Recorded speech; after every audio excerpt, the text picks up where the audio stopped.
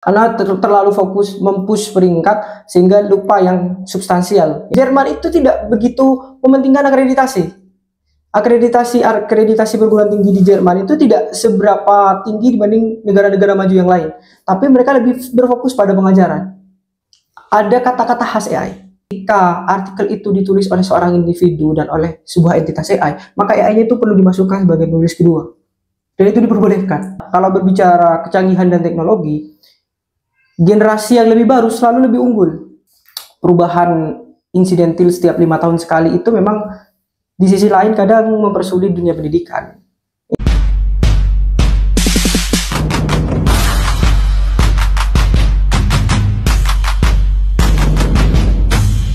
Hai Korban Ghosting, kecanggihan-kecanggihan teknologi akibat berbagai macam proses-proses arus globalisasi dan perubahan-perubahan yang terjadi sudah semakin marak, dan kita sudah semakin melihat bagaimana kemudian hal itu masuk ke segala ranah. Salah satunya adalah sektor pendidikan ataupun perasaan.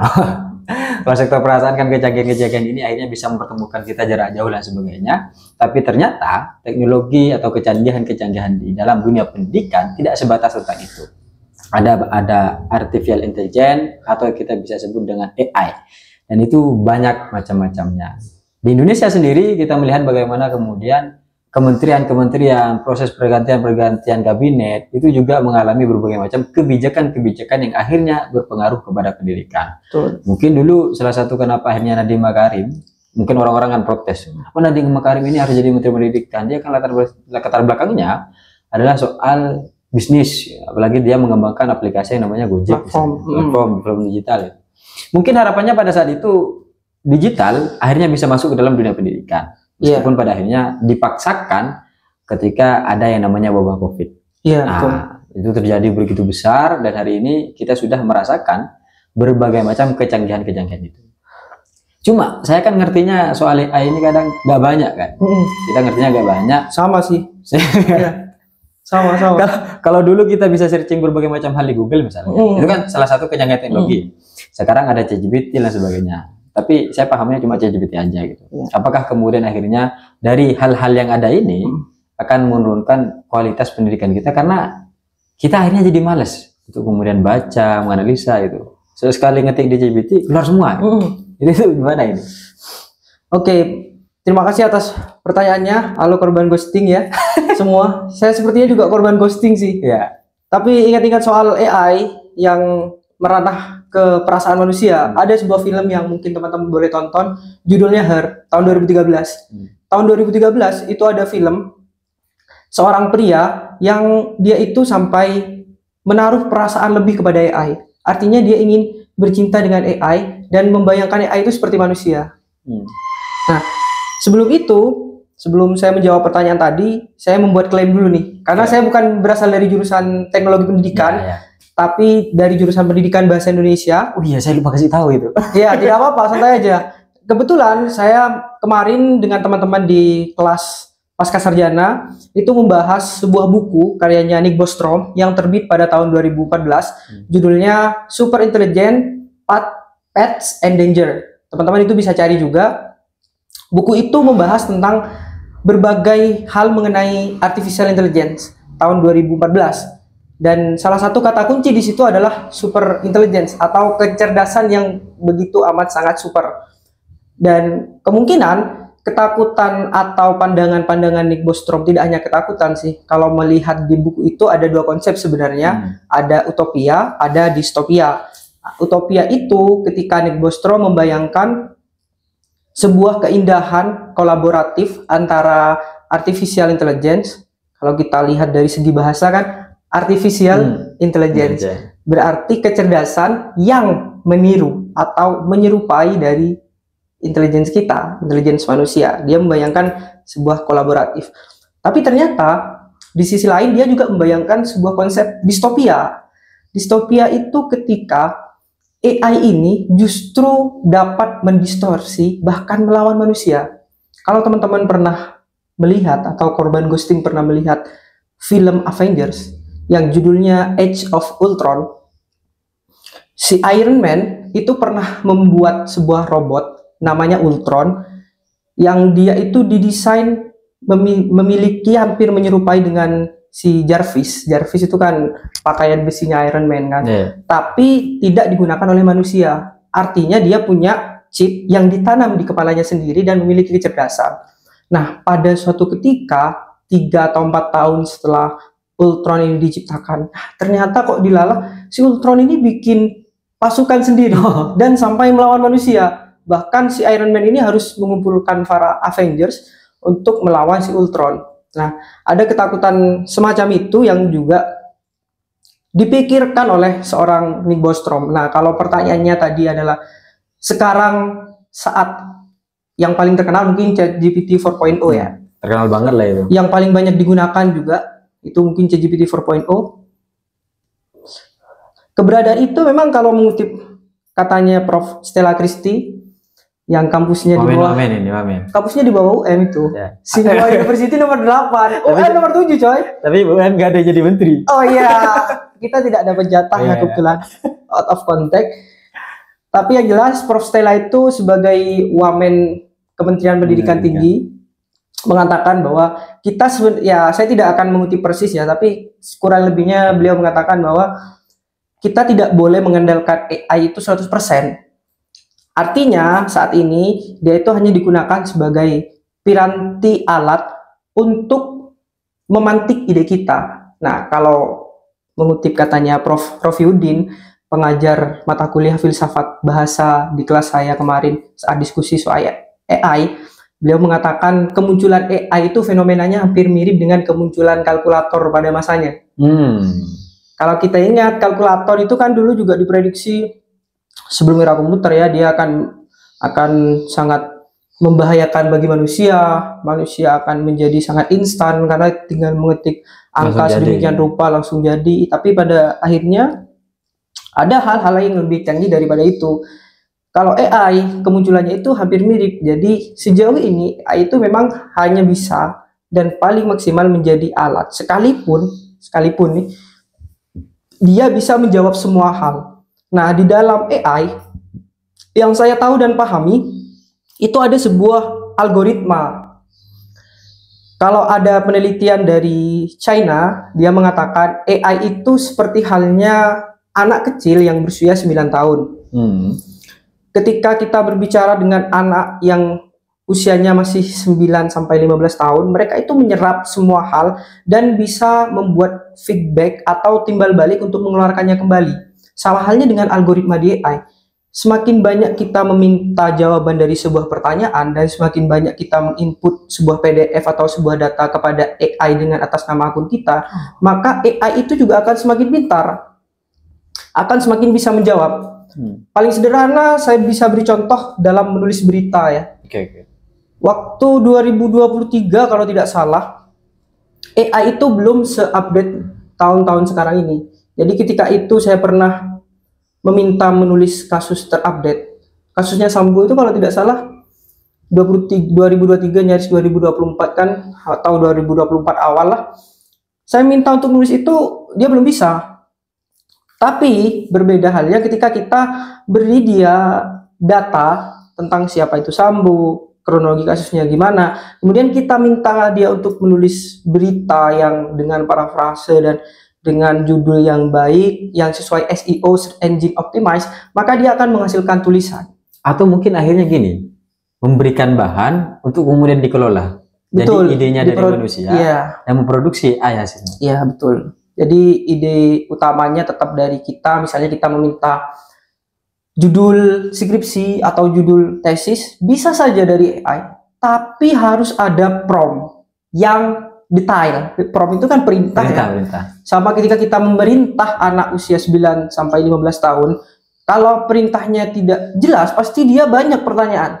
Contohnya saja, kalau saya mengingat sebuah bukunya Eric Weiner, Man Six God, dia punya anak seorang 10 tahun kalau nggak salah anaknya itu. Si ayahnya ini, si Eric Weiner ini minta ke anaknya untuk melakukan ibadah. Terus dia bertanya, apa itu ibadah? Bagaimana konsep ibadah dan bagaimana cara melakukan ibadah? Sama halnya dengan AI. Ketika kita minta untuk tuliskan judul skripsi tanpa dibeli langkah-langkah yang jelas dan judul yang memang sesuai dengan apa yang kita mau, ya dia tidak akan menjawab. Seperti itu. Nah, dan belakangan ini ada fenomena, kemarin juga sempat ramai itu di Twitter, ChatGPT itu sempat down. Sempat down. Ya, sempat down. Sepagi. Iya, sempat down cukup lama lah ya, pagi hari sampai beberapa jam. Kalau teman-teman saya ngira itu kira ini, mungkin negara tahu kalau sekarang lagi musim UAS gitu, sehingga semuanya didownkan. Bisa jadi kalau kita berbicara konspirasi, bisa jadi ya, bisa jadi kalau misalnya memang kita berbicara konspirasi ada kemungkinan seperti itu. Tapi yang perlu kita tahu, AI kan tidak hanya ChatGPT saja ya sebenarnya. Banyak macam AI yang bisa kita gunakan dan menyesuaikan dengan kebutuhan tugas kita. Misalnya kalau tingkatan teradvance ya, bisa dikatakan gitu. Tingkatan tertinggi AI saat ini, kalau teman-teman pernah lewat di FYP TikToknya, ada kan biasanya yang gambar terus kursinya paling besar seperti raja. Nah, di situ tuh ChatGPT, Perplexity dan segala macam itu kayak sungkem gitu ya. Ada namanya Cloud AI, CLAUD.ai. Konon katanya, tapi saya belum mengkonfirmasi kebenaran itu dan belum mencari tahu lebih dalam. Konon katanya Cloud AI ini diciptakan oleh AI itu sendiri.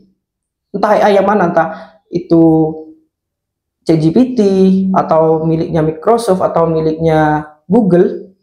Tapi yang jelas Cloud ini algoritma awalnya itu diciptakan oleh AI yang tentu dibantu oleh manusia. Dia minta untuk membuat semacam aplikasi AI yang lebih canggih sehingga terciptalah AI. Dan ketika dicoba memang Cloud, terutama yang kalau nggak salah namanya Sonnet 3.3.5, itu jawabannya memang lebih bagus sih daripada yang lain, daripada Perplexity, kemudian miliknya Microsoft, kemudian miliknya Gemini, miliknya Google, itu memang lebih bagus Cloud AI itu sih. Tapi gimana akhirnya ketika kemarin kan sempat ada berbagai macam wacana-wacana setelah proses menteri ini dibagi pendidikan tinggi, menengah, dasar, kan ada muncul wacana-wacana bahwa SMK ini sebenarnya harus sudah mulai belajar coding, harus sudah ada AI-nya gitu. Iya. Harus mulai diarahkan ke sana gitu. Apakah suatu saat nanti kita akan menjadi orang yang kemudian akhirnya mengendalikan AI sesuai dengan apa yang kita inginkan, tapi kita nggak tahu sebenarnya gimana gitu. Iya. Kalau melihat kemungkinan masa depan, ya saya lebih sepakat ke Nick Bostrom itu tadi sih sebenarnya.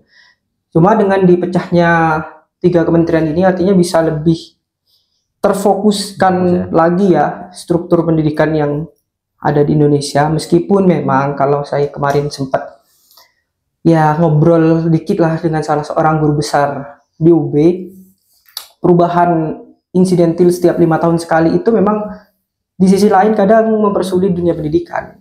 Ini kalau dari sisi kritiknya. Ada tulisan saya kemarin di Berita Jatim itu membahas soal regulasi kebijakan yang insidentil tiap 5 tahun sekali.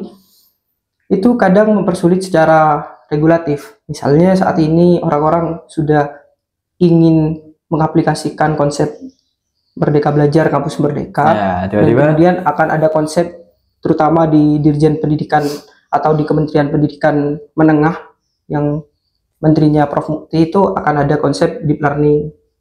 Itu kan satu dan lain hal yang sudah cukup berbeda lagi, sehingga di sisi lain itu menjadi sebuah tricky bagi seorang guru untuk melakukan dan merubah substansi pengajaran mereka. Itu mempersulit sebenarnya bagi tenaga pengajar maupun kepada siswa. Kalau kita lihat misalnya di negara-negara yang sudah tidak berkembang lagi, artinya yang sudah memang maju seperti contohnya, ambil contoh yang paling maju ya Finlandia ya, atau US lah, Amerika Serikat, kiblatnya segala umat itu. Di situ kan yang namanya kementerian dan regulasi di pendidikan itu tidak mengalami insidentil seperti halnya di Indonesia. Artinya memang ada goals, tujuan yang ingin dicapai sebagai rencana jangka menengah, rencana jangka pendek, dan rencana jangka panjang.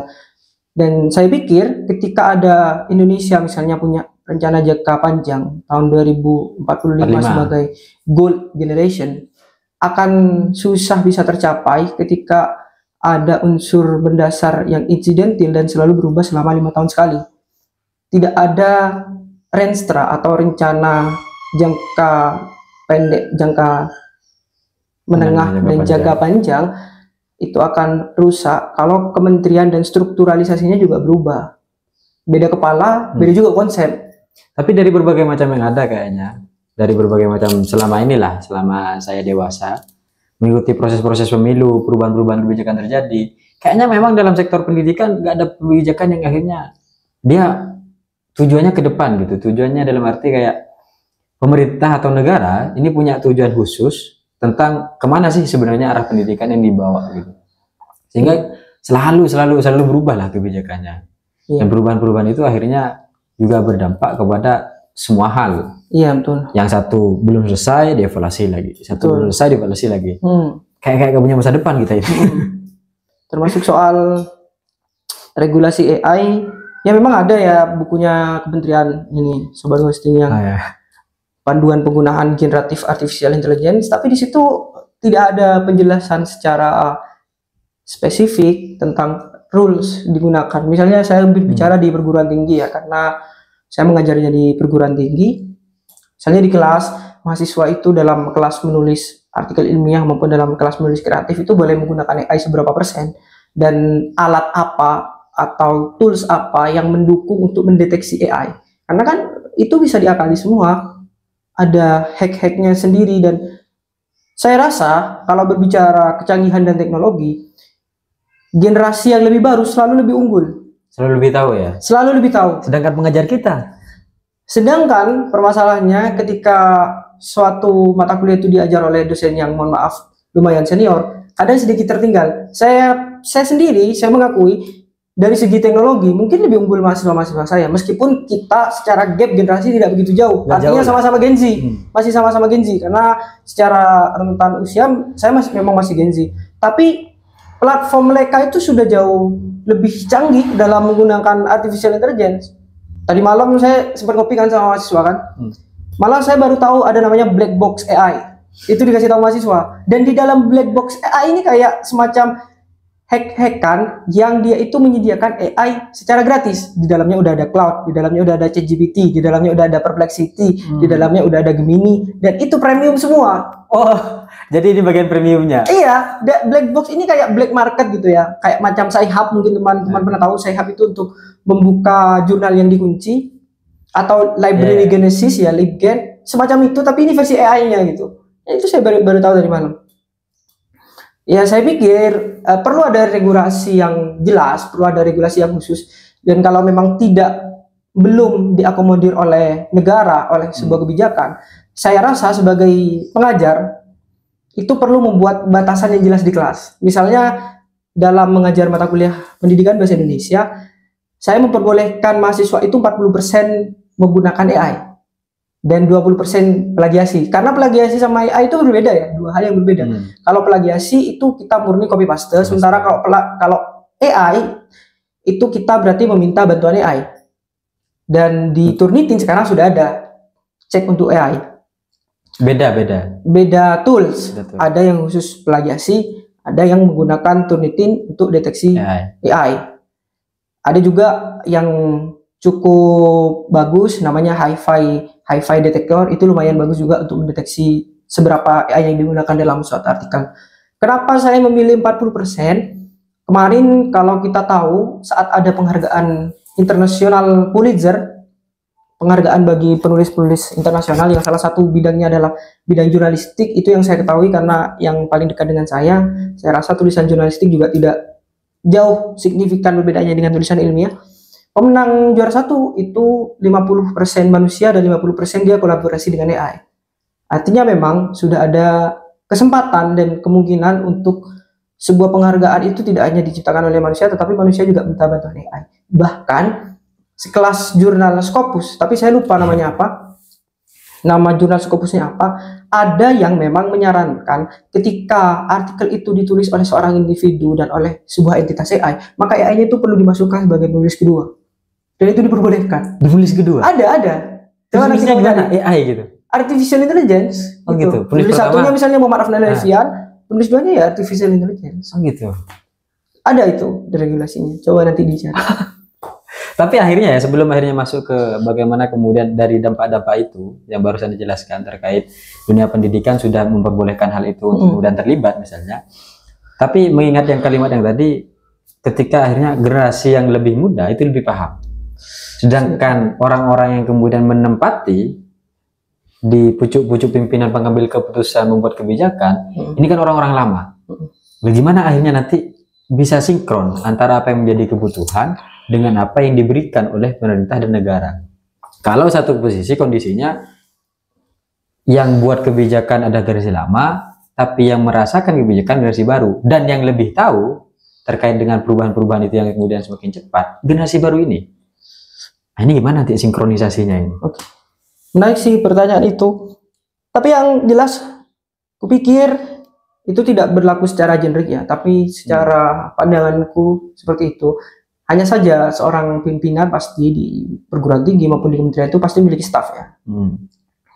Ya saya rasa yang bisa dimanfaatkan adalah staff-staff anak muda itu yang memang paham teknologi, yang memang dia jurusannya ilmu komunikasi atau ilmu komputer atau teknologi pendidikan, itu perlu dilibatkan agar ada sinkronisasi antara, kita pikir kalau orang-orang dari generasi yang di atas kita itu antara keunggulan dari segi etika dan regulasi penggunaan AI dengan penerapan macam-macam tools AI. Unggul yang gue maksud tadi itu dari segi tools sih sebenarnya. Mereka lebih tahu banyak tools, mereka lebih tahu dan lebih dekat cara menggunakan AI seperti apa. Mahasiswa semester 3 sekarang itu kan udah kelahiran 2007. Ya, 2006, 2007, dan yang 2008 bahkan. Yang memang sejak kecil dan lahir itu langsung berhadapan dengan teknologi, berhadapan dengan gawai, berhadapan dengan piranti komputer. Ya jelas saja mereka lebih dekat dengan teknologi. Jadi lebih dekatnya soal tool ya? Iya, soal tools. Tapi akhirnya nanti ketika dia lebih dekat dengan tools dan itu semakin memudahkan mereka, mungkin nggak kalau ternyata pada akhirnya cara berpikir kritis, menganalisa itu juga akan semakin menurun? Kreativitas itu juga akan semakin menurun. Mungkin nggak? Sangat mungkin ketika arahan dari Prof. Stella itu tidak digunakan dan diterapkan oleh sebagian besar masyarakat Indonesia, terutama anak-anak yang menggunakan AI. Artinya AI itu ya jangan jadikan sebagai tolak pijakan ukur utama, kita masukkan prompt kemudian copy dan paste ke artikel kita, tapi ya dia hanya untuk membantu. Karena tujuan diciptakannya AI itu adalah untuk mempercepat pekerjaan yang sifatnya adalah repeat dan berulang. Itu tujuan utamanya ya? Ya, aku pikir begitu ya. Tapi itu tidak ada ujaran yang jelas, tidak ada buku yang jelas mengatakan itu. Tapi di dalam opiniku, tujuan diciptakan AI itu ya untuk mempermudah pekerjaan manusia sebenarnya, bukan justru mematikan daya kritis dari kita sebagai manusia gitu.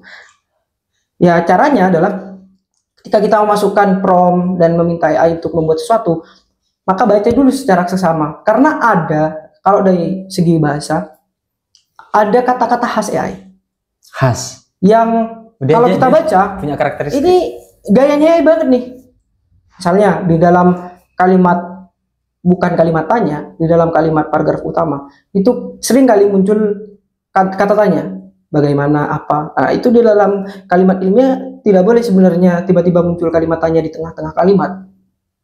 Atau antara satu ide dengan ide yang lainnya tidak saling berhubungan satu sama lain. Itu bisa jadi sangat kelihatan kalau itu diciptakan oleh AI. Jangan-jangan AI kalau dengar nanti langsung merubah karakternya ini. Bisa jadi.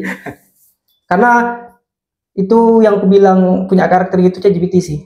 Kalau cloud udah lebih canggih sih. Lebih canggih ya? Ya.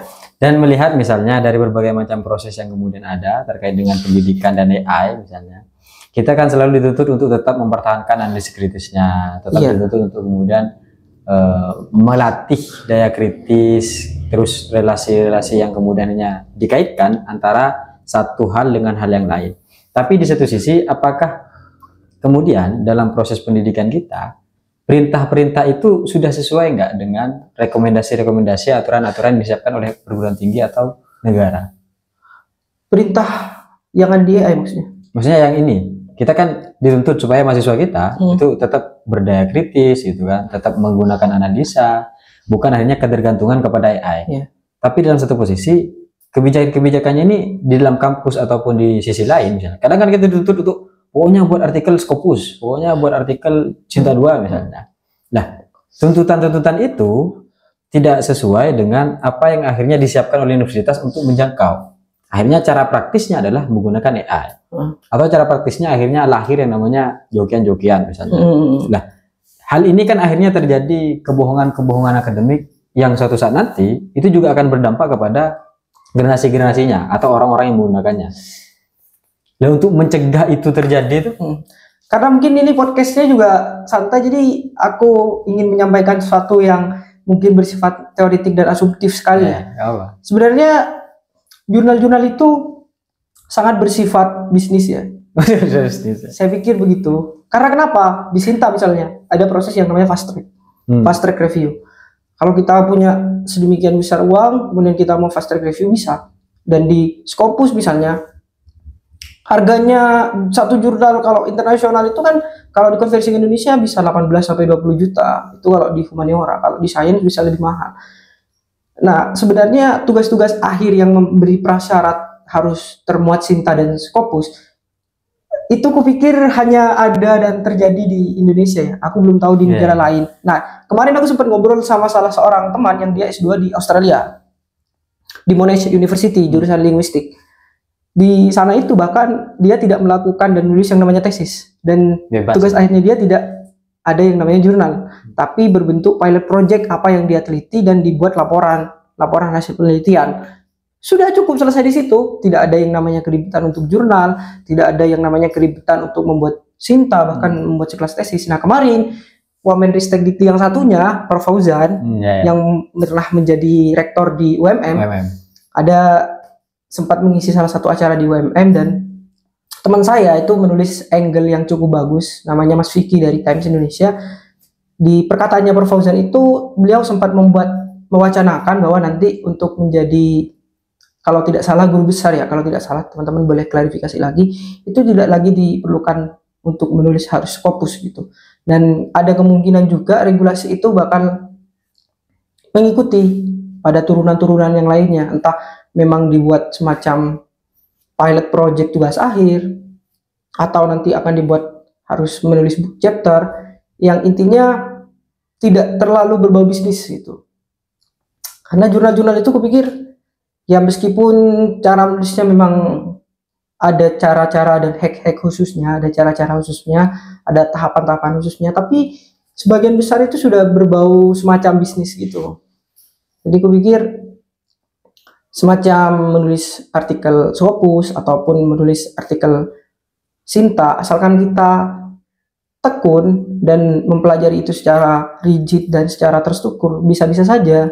Tidak sesusah itu sebenarnya. Sebenarnya tidak sesusah itu. Iya.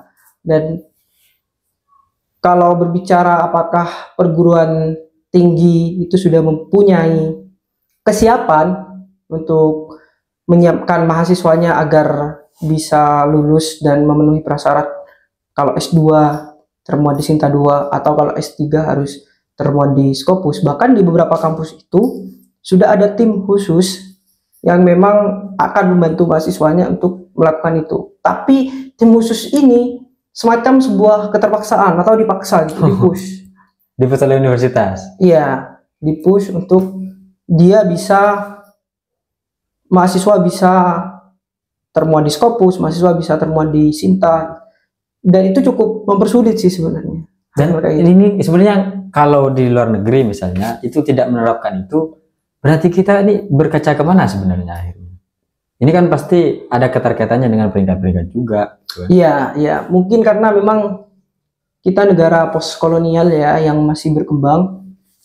Jadi ada upaya yang sangat tinggi atau upaya gengsi untuk mengejar ketertinggalan pada negara-negara maju. Salah satunya lewat sektor pendidikan ya, dipush semacam itu, mengejar akreditasi internasional agar tingkat universitas kita itu bisa naik, meskipun secara substansial atau secara deep learningnya yang disampaikan oleh Prof. Mukti itu belum dapat. Nah, kemarin saya sempat baca artikel nih di Jerman. Salah Jerman apa? kita tahu negara maju ya. Negara maju.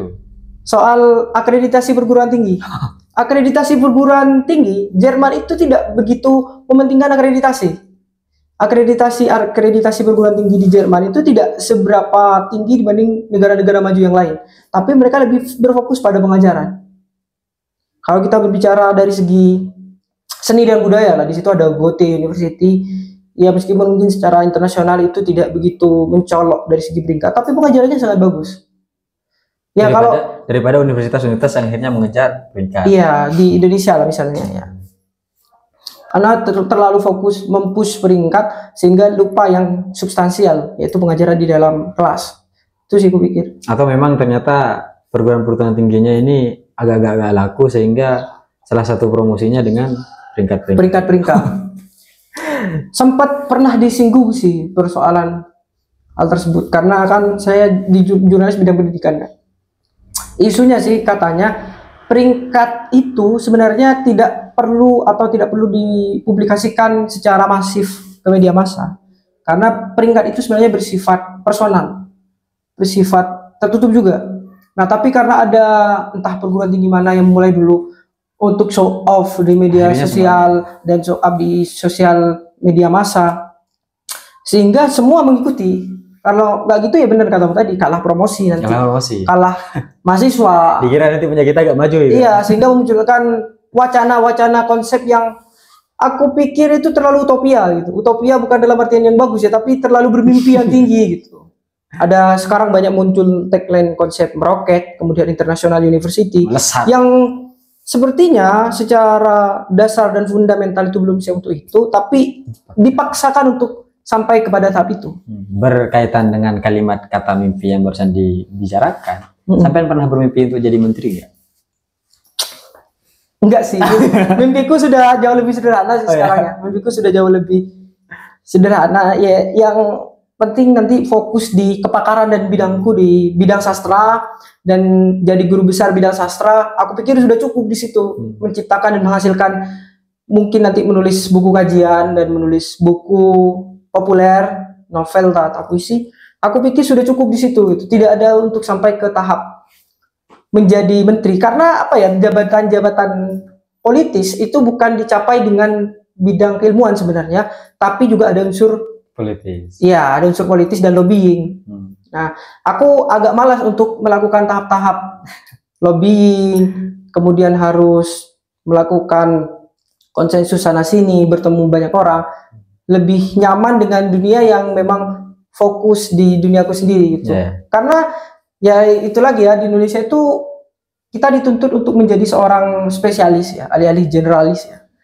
Kalau generalis kita bisa tahu sedikit tentang banyak hal lah. Kita bisa berbicara ini, meskipun bidangnya pendidikan kita juga berbicara misalnya soal teknik, bisa berbicara soal kesehatan, tapi kita dituntut untuk spesialis. Negara kita menuntut seperti itu gitu. Sementara kalau di negara-negara lain ada yang sudah lebih terbuka. Artinya pakar ini juga bisa ada hubungannya dengan disiplin keilmuan yang lain. Tapi misalnya akhirnya saya beri kesempatan untuk jadi menteri misalnya. Kesempatan untuk jadi menteri. Pada akhirnya untuk kemudian dari berbagai macam hal yang terjadi dengan pendidikan Indonesia yang akhirnya selalu berubah dan akhirnya gak bisa maju-maju gitu kan. Perbaikan sumber dayanya juga akhirnya gak maju gitu, meskipun kualitas yang kemudian diwacanakan dulu adalah tentang perubahan mental, revolusi mental. Seindahnya sampai jadi menteri gitu, bagaimana kemudian kebijakan tentang AI dan pendidikan ini diselaraskan untuk keberlanjutan pendidikan di masa depan, yang dalam proses-proses lainnya ya tetap pendidikan pada akhirnya menjadi manusia, bukan menciptakan orang-orang yang akhirnya sebagai orang-orang pekerja misalnya, tapi ya untuk menjadi manusia aja gitu.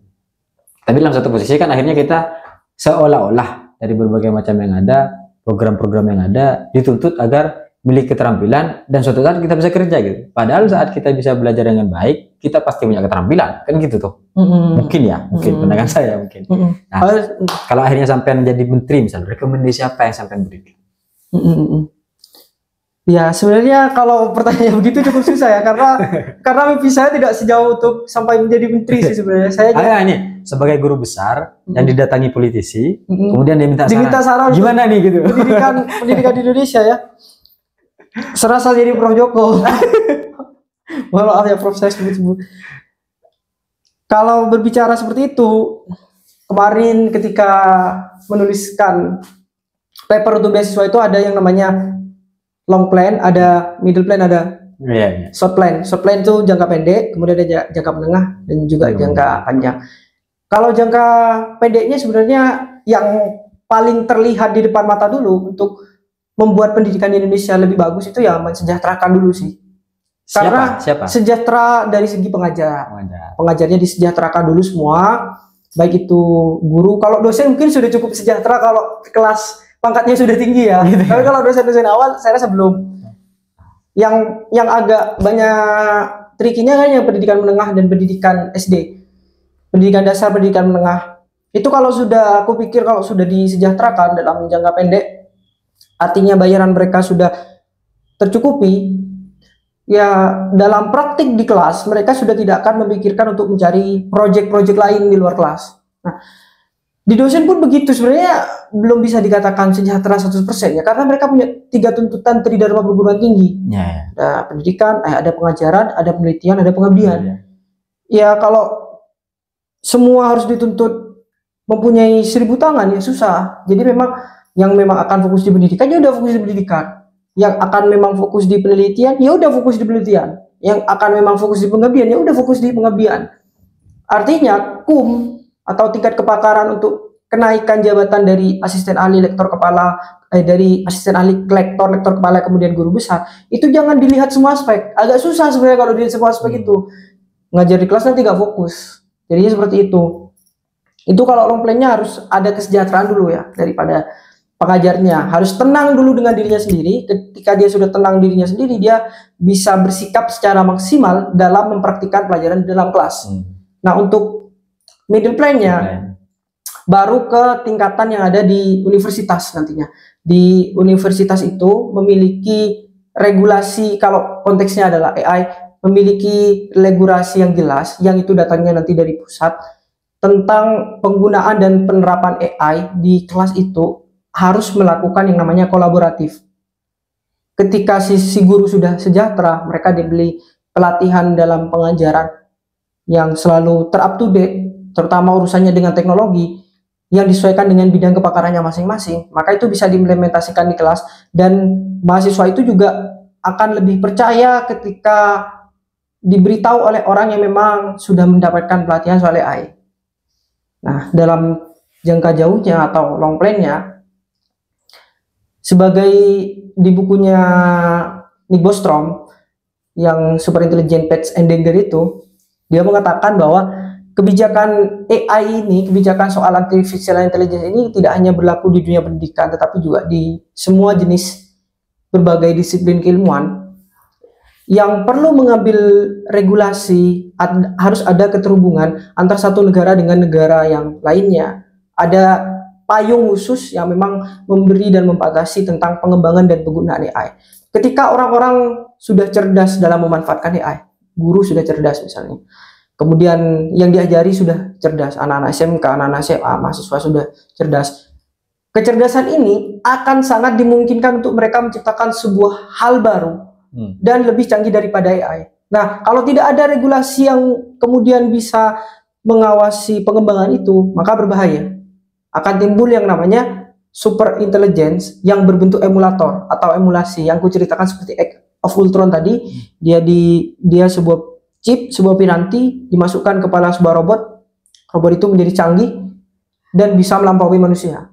Maka ketika sudah sampai di tahap pra super intelligence yang aku bilang middle plan tadi, nah saat sudah sampai di pra super intelligence, harus ada regulasi khusus yang berhubungan antara satu negara dengan negara yang lainnya yang membatasi proses pengembangan AI.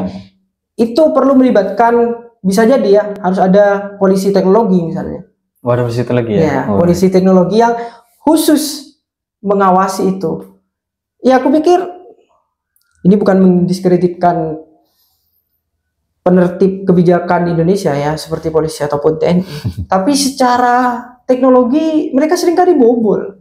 Sering bobol, banyak Bahkan bahkan server-server Kominfo bobol Kominfo semua. itu bobol. Nah, kalau tidak menggandeng antar negara dan ada orang yang memang sangat canggih dari segi teknologi itu dilibatkan dalam proses itu, ya berbahaya. Ya itu untung yang ngebobol sama-sama manusia. Bayangkan kalau yang bobol AI, chatbot AI misalnya bisa ngebobol, apa yang akan terjadi? Kalau manusia mungkin masih ada perasaan kasihan, ada perasaan takut. Negosiasi masih bisa lah. Negosiasi masih bisa. AI kalau Nggak tidak punya punya perasaan. perasaan kan berbahaya sekali.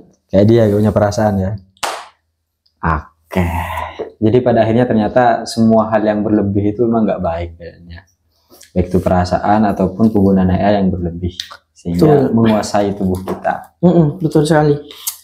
Yaitu lagi-lagi mengingat nih Bostrom nih berkali-kali kusebut. Dia Al-Mawfiroh, kayaknya punya amal jariah Al-Fatihah, banyak ya. banyak sekali karena dipakai di kelas saya itu. Itu yang kusebut dengan emulator atau emulasi itu adalah kalau kita membayangkan artificial intelligence sekarang kan artificial intelligence yang ada di sebuah layar kaca, Ya, yang di komputer atau di dalam HP. HP.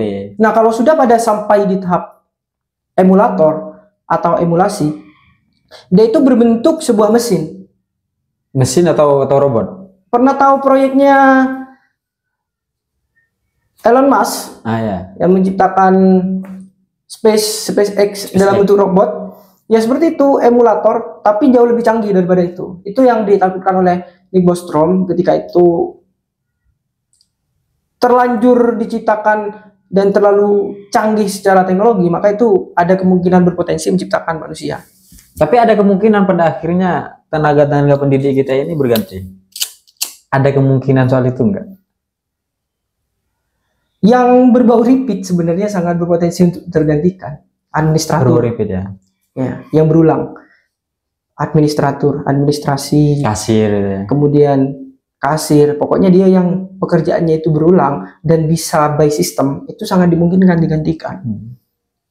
Kemudian ya mungkin orang-orang yang bergerak di bidang akuntansi keuangan itu kan bisa diberi prompt, bisa diberi sebuah input kepada AI agar bisa melakukan pekerjaan itu, sangat mungkin tergantikan. Tapi pekerjaan-pekerjaan yang ada di lapangan seperti petani itu susah masih tergantikan kalau belum sampai di tahap emulator.